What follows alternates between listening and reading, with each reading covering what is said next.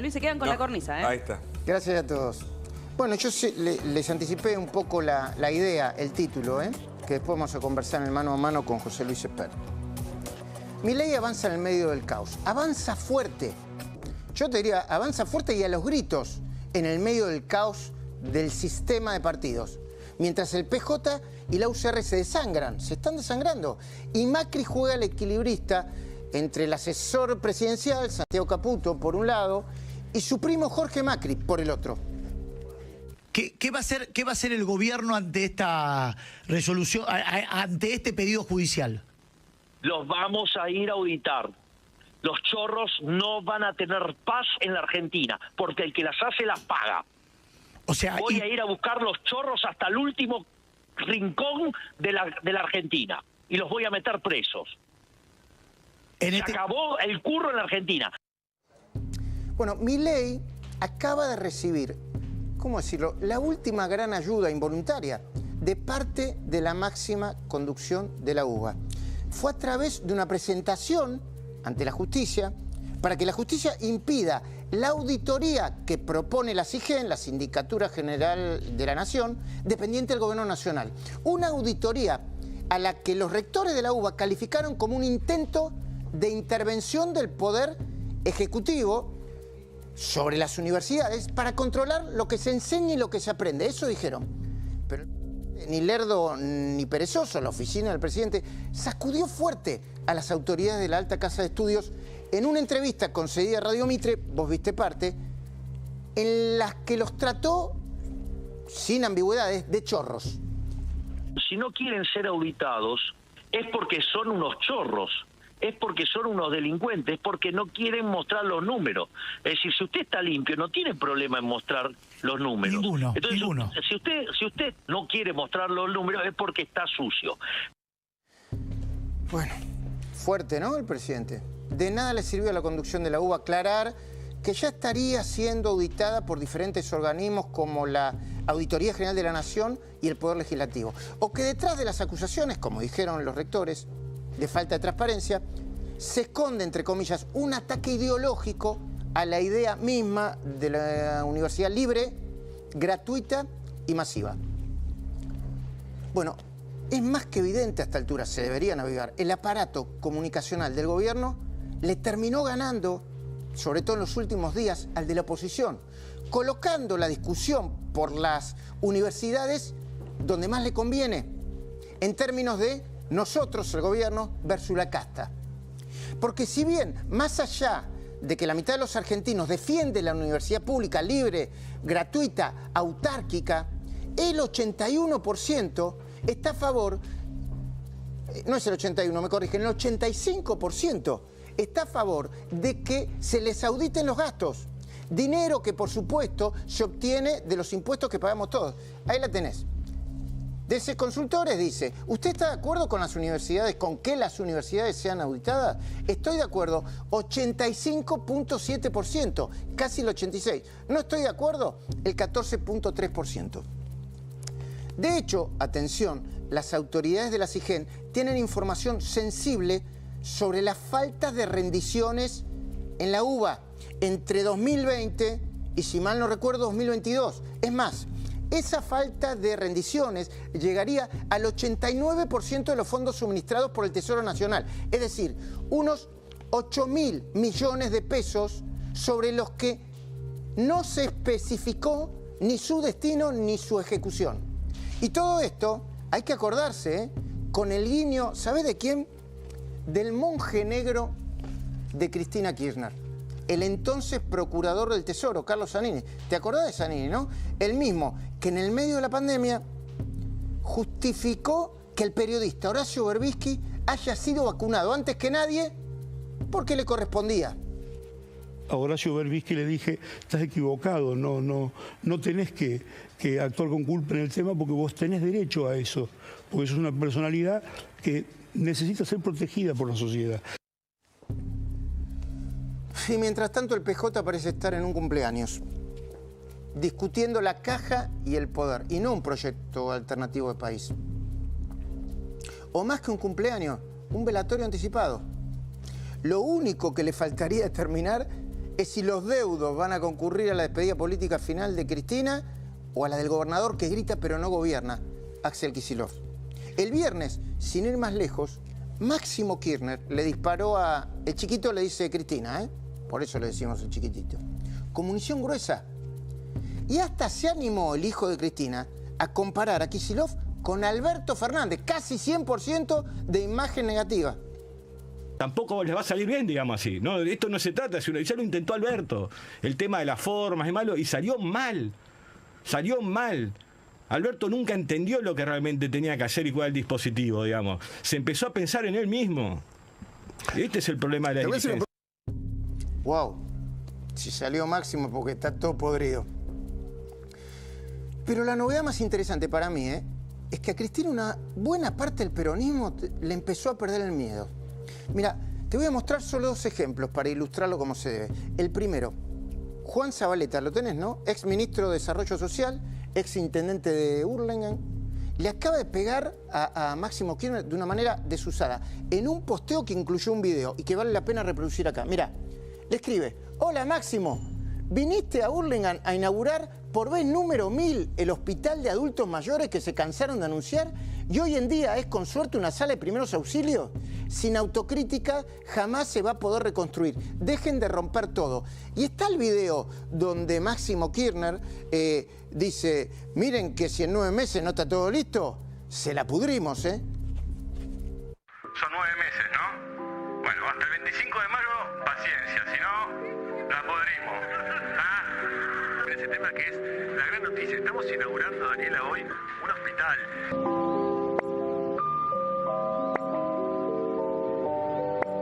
Ya está abierto, ya funciona, ya tiene su dinámica propia.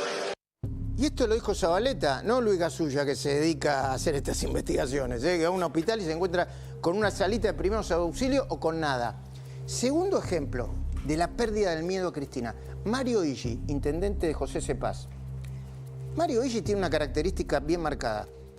Se le adjudica un olfato especial para oler hacia dónde va el poder, sobre todo en la interna. ¿Sabés lo que acaba de hacer? Acaba de pedir que se suspenda la interna. Y de paso raspó fuerte a los chicos grandes de la Cámpora, diciendo, este es el textual: hace 7 años los que ahora piden competir dejaron tirado al PJ. Mirá. Hacer una elección partidaria cuando a la gente no le interesa. Tiene un problema social, tiene hambre, tiene falta de que la atiendan. Tiene los problemas permanentes para vivir. Y no se están dando cuenta, no están escuchando a la gente. Por eso digamos las cosas como son.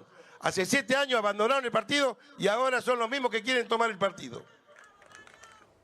Cuando Iggi se tira contra alguien es porque ve que el poder va para el otro llado. Ya llegó José Luis Espert, hablando de la provincia de Buenos Aires y de la jugada del gobierno. Hablando del gobierno, mientras tanto, las fuerzas del cielo, entre comillas, hay que decirlo porque parte del sistema político todavía no se enteró. Adelantan varios casilleros en el campo que mejor manejan, el de las redes sociales. A ver, cuando uno va a preguntar por qué las usan tanto, dicen que lo hacen para poner en evidencia las 1001 trapisondas del kirchnerismo. Recién Luis Gasulla te contó una. Pagar un subsidio por embarazo a mujeres que no se habían embarazado. ¡Wow! A esta denuncia la acaba de hacer pública desde Capital Humano el ministerio que comanda Sandra Petovelo. Fue impulsada por la Dirección de Asuntos Penales, Investigaciones y Sumarios del ANSES. Mira, se encontraron 203 casos a los que calificaron como graves y escandalosos. Se detectaron certificados médicos falsos y documentación adulterada en las sedes de ANSES de ciudades como Río Gallegos, La Matanza, Lomas de Zamora, Moreno y también en Retiro, en la ciudad de Buenos Aires. Aparecieron solicitudes de asignación por embarazo que luego no incluyeron ni la fecha de parto ni de la interrupción del embarazo en el caso que hubiese sucedido. Se toparon con falsos certificados y fechas de parto futuras. Registraron sellos y firmas de médicos que dijeron no haber autorizado nada. Ahí lo contó Luis Gasulla. Una de las mujeres que recibió el subsidio y no está embarazada confesó que se lo consiguió una intermediaria a la que le tuvo que pagar en su momento 1.800 pesos. Más bajo no se consigue. El beneficio por embarazo asciende a 87.815 pesos. Capital Humano calculó que el fraude podría llegar a los 165 millones de pesos. Pero volviendo a la política de comité, no es tan diferente la crisis que atraviesa el PJ con la que presenta la Unión Cívica Radical. Algunos sostienen que es peor, porque la fuerza está partida en tres. Por un lado, los que se ponen de la vereda enfrente del gobierno y que parecen más cerca al kirchnerismo, como, no sé, Martín Lustó, exministro de Economía, impulsor de la 125, o el neurocientífico Facundo Manes. Creemos en la fuerza de la educación, de la ley, de la salud, de la ciencia y la tecnología. No creemos en las fuerzas del cielo. Creemos en las fuerzas de la educación, de la salud, de la ciencia y la tecnología. Vayamos por esa verdadera libertad. Y para eso necesitamos estadistas, no leones. Del otro lado, los llamados radicales con peluca tienen como el gran referente o cara más visible a Mariano Campero. ¿Lo tenés? Te lo presento. Hay tres tipos de pensamiento hoy en el bloque, ¿no? Los que están más cerca del kirchnerismo, nosotros que estamos apoyando o acompañando el plan económico del presidente, y lo del medio, que siempre digo, están más cerca de nuestra posición. Dentro de estas tres vertientes, hoy la vertiente de que el gobierno pueda llevar adelante su plan económico, de darle la estabilidad institucional, está más cerca de ser un resumen de nuestra posición. Hoy tenemos un deber institucional, muy por encima, tenemos una enorme responsabilidad en este contexto. Nuestro objetivo, amén de que nos quieran tildar de mileísta, es que el presidente pueda gobernar tranquilo. Y en el medio, entre los radicales casi kirchneristas, dicen algunos, y los radicales con peluca, se encuentran quienes defienden el rumbo económico del gobierno, pero no comparten sus formas y la fuerte presencia del Estado, o la alergia a la fuerte presencia del Estado que tienen las fuerzas del cielo. Como Rodrigo de Loredo. Esto es un video de hace un par de horas, mirá. Hay otra cosmovisión que intento representar yo con otros dirigentes, que creo que honestamente nosotros tenemos que ser oficialistas del cambio, que no es eso? Ser oficialista de un gobierno. Verdaderamente creo que la Argentina tuvo un hecho bisagra, que nuestro electorado y gran parte de la sociedad no quiere volver para atrás. Yo sé que esto te importa poco, pero después cuando hay que votar leyes termina importando mucho. El dato concreto es que el bloque de diputados radicales se partió en dos. Ahora hay uno de 12 y es el que integran Manes y preside el diputado nacional por la provincia de Buenos Aires, Pablo Giuliano. Le pusieron de nombre, ¿cómo era? Democracia para siempre. Y hay otro bloque de 21 que seguirá siendo conducido por De Loredo bajo la mirada atenta, escuchen bien, de los gobernadores, por ejemplo, de Santa Fe, Maximiliano Puyaro, y de Mendoza, Alfredo Cornejo. Otro gobernador que apoya el rumbo del gobierno, pero no las formas de Javier Milei. Gobernador, ¿se extralimitó Milei con sus dichos sobre el kirchnerismo? Nada, la deliberación pública tiene que ser, para mí, lo más pacífica posible. Sí coincido con él que el kirchnerismo le ha hecho daño a la economía y a la cultura del país, pero sí creo que todas las polémicas, cuanto menor violencia verbal mejor, porque legitiman hechos de violencia que no son buenos. Bueno, el juego de alimentar las divisiones para fragmentar a la oposición, algunos dicen que ya está fragmentada desde hace tiempo, lo están llevando a cabo de alguna manera y con eficiencia, tanto el llamado mago del Kremlin, Santiago Caputo, por un lado, como la secretaria general de la presidencia, Karina Milei, y el presidente de la Cámara de Diputados, Martín Menem, por el otro. Mirá. Vamos a seguir trabajando hacia un país mejor, un país sin inflación, un país con trabajo, un país con menos impuestos. Porque mientras Caputo teje y desteje las promesas y los acuerdos, Karina Milei y Martín Menem, lo acabas de ver, recorren el país para divulgar las ideas de la Libertad Avanza en el medio de la crisis de los partidos tradicionales. Esta es Karina Milei en Tucumán, creo, mírala. Hace un año hemos ganado la presidencia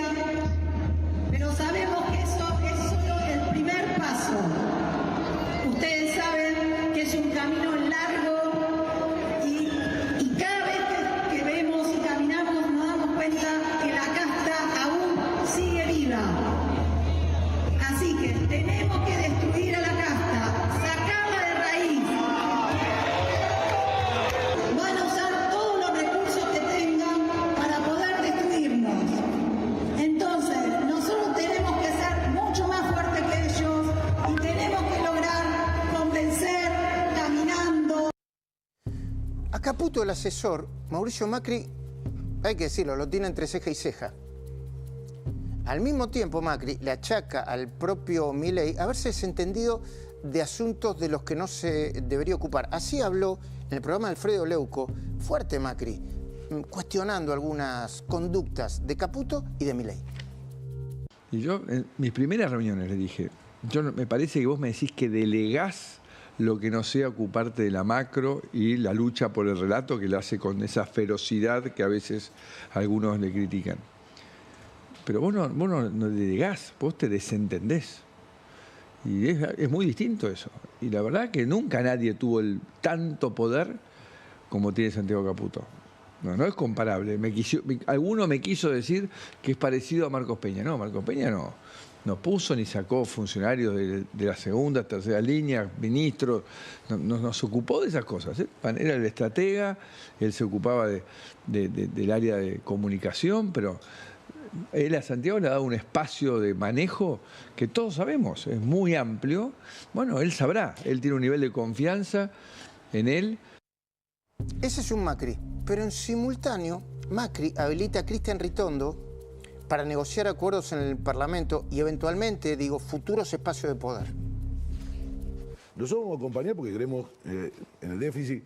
Aparte, cuando uno ve el tren fantasma que está enfrente, corre automáticamente. Queremos que le vaya bien a la Argentina, queremos que le vaya bien al gobierno. No especulamos. Para nosotros la Argentina está por arriba de las expectativas electorales.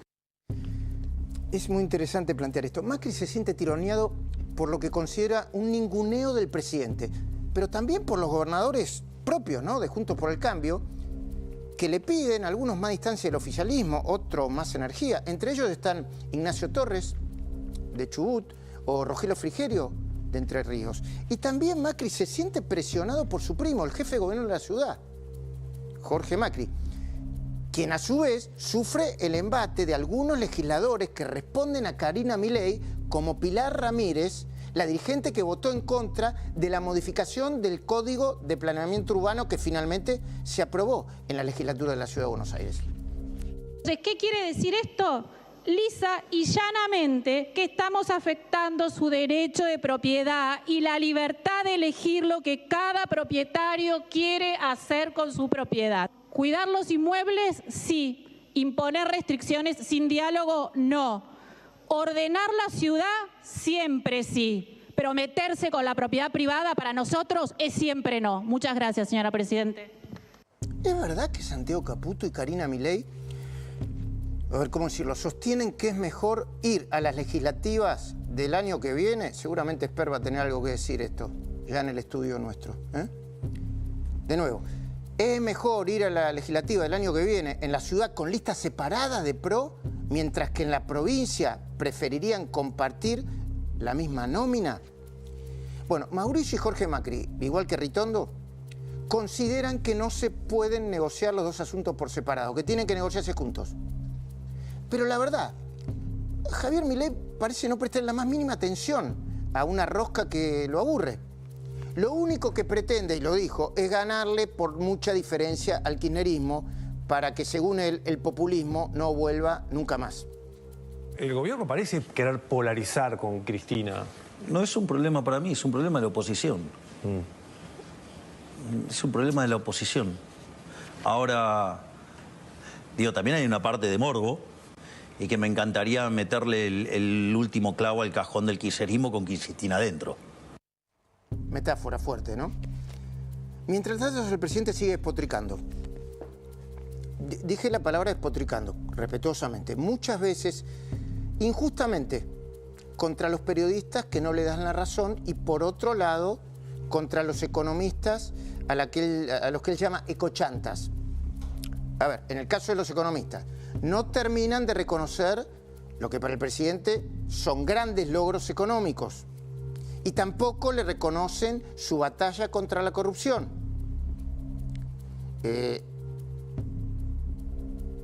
Lo que a los propios incluso y a los extraños les cuesta entender es por qué, por ejemplo, se enoja mucho más con medios como La Nación que con C5N, la señal que trabaja todos los días, 24 horas, para esmerilarlo, de la mañana a la noche. Pero mientras tanto, los degenerados fiscales dice el presidente, y los dinosaurios analógicos, acá hay otro punto lindo para discutir, se siguen quejando. ¿Y el presidente qué hace?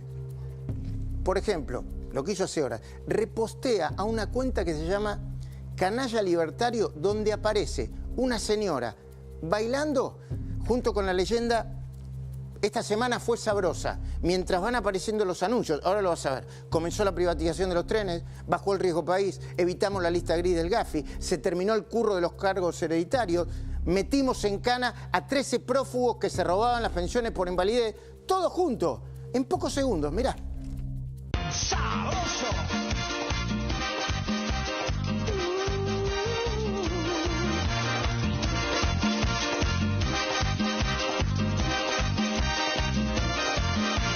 Mami, llegó tu papi y vengo para despegarlo.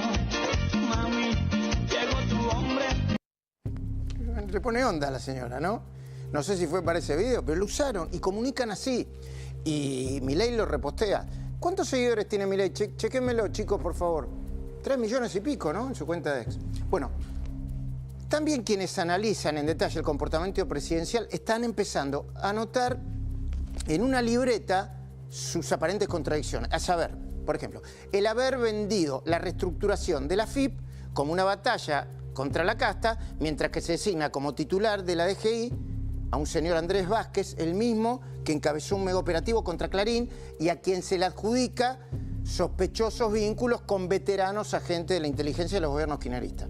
El haber incluido para discutir en el presupuesto 2025 la eliminación de las exenciones del IVA para los diarios y los medios digitales, mientras que se mantiene el régimen especial de promoción de Tierra del Fuego, por el que las ensambladoras, se dice, no pagan ni el IVA compra, ni los aranceles para importación, ni un montón de otras cosas más. Yo se lo pregunté en su momento a Milei y el presidente respondió así.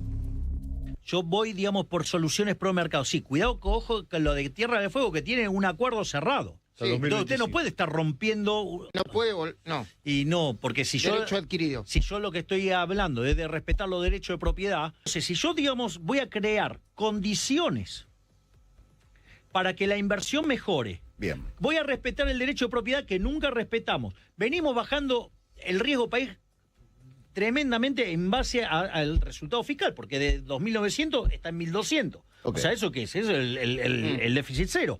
Entonces, en todo ese contexto, o sea, yo, digamos, no puedo dejar de respetar los derechos de propiedad. Claro. Entonces, si algo está dado, digo, listo, digo... Pero... Interesante, ¿eh? Porque es un tema de discusión bien interesante y muy fuerte. Pero ¿por qué sigue insistiendo en pasarle facturas, a quienes no piensan como él? Algunos dicen, che, ¿esto no es al final un signo de debilidad política?